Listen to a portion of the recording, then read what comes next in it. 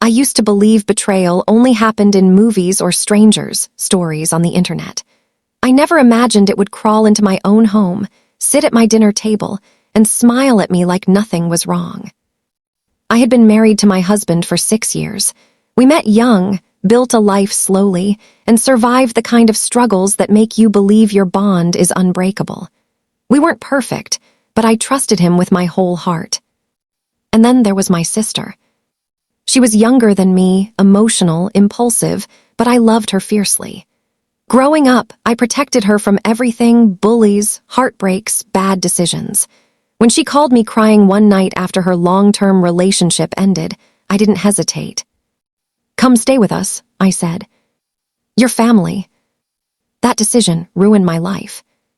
At first, everything felt harmless. She slept in the guest room. We cooked together. We laughed about old memories. My husband acted kind and supportive, and I was proud of him for being patient. But slowly, things changed. My sister started dressing differently around the house. My husband suddenly volunteered to help her with small things.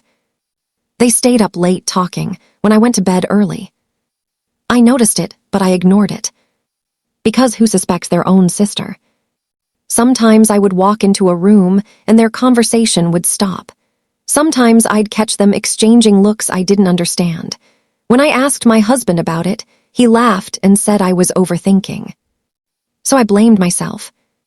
I told myself I was insecure. I told myself marriage makes people paranoid. I told myself love means trust. Then came the night that ended everything. I woke up around 2 a.m. and reached out for my husband. The bed was empty. At first, I thought he had gone to the bathroom, but minutes passed. Then I heard a sound. A soft laugh. It came from the guest room. My chest tightened. My legs felt heavy as I walked down the hallway. I remember thinking, don't be stupid. Don't destroy your marriage with imagination. But when I opened the door, imagination wasn't needed. My husband was in bed with my sister. They weren't panicking. They weren't shocked. They looked comfortable. Like this wasn't the first time. My sister screamed. My husband jumped up, trying to cover himself, saying my name over and over. But I couldn't hear them. My ears were ringing. My heart felt like it had shattered into pieces too small to fix. I didn't cry. I didn't yell. I just turned around and walked away. That night, I sat alone in my car until sunrise, staring at nothing, feeling like my entire life had been a lie. And somehow, the worst pain was still waiting for me.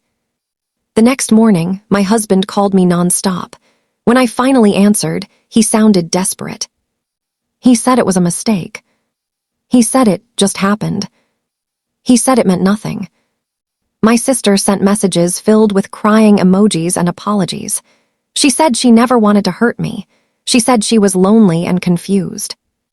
They both said the same sentence. "Please don't tell anyone." That's when I realized something. They weren't sorry for what they did. They were sorry they got caught. I went back home only to pack my clothes. My husband followed me around the house, crying, promising therapy, change, anything. My sister locked herself in the guest room, too ashamed to face me. I looked at them and felt nothing. No love. No anger. Just emptiness.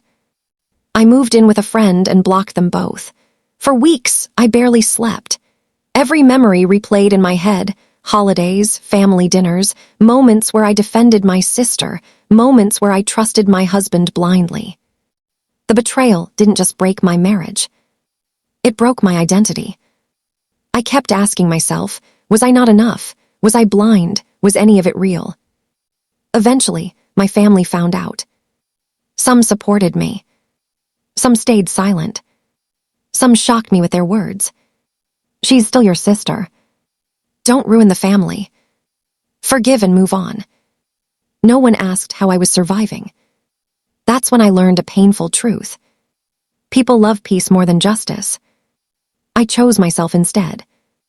I filed for divorce. I started therapy. I stopped explaining my pain to people who didn't respect it. Slowly, I rebuilt my life, new routines, new goals, new boundaries. Months later, I heard my husband and sister were officially together. I expected it to destroy me. It didn't. Because by then, I understood something powerful. They didn't steal my happiness. They exposed their character. I lost a husband who didn't respect vows. I lost a sister who didn't respect blood. But I gained self-respect. Today, I am stronger than the woman who trusted too easily. I am wiser, and I will never apologize for walking away from people who chose to hurt me. Sometimes losing everything is how you finally find yourself.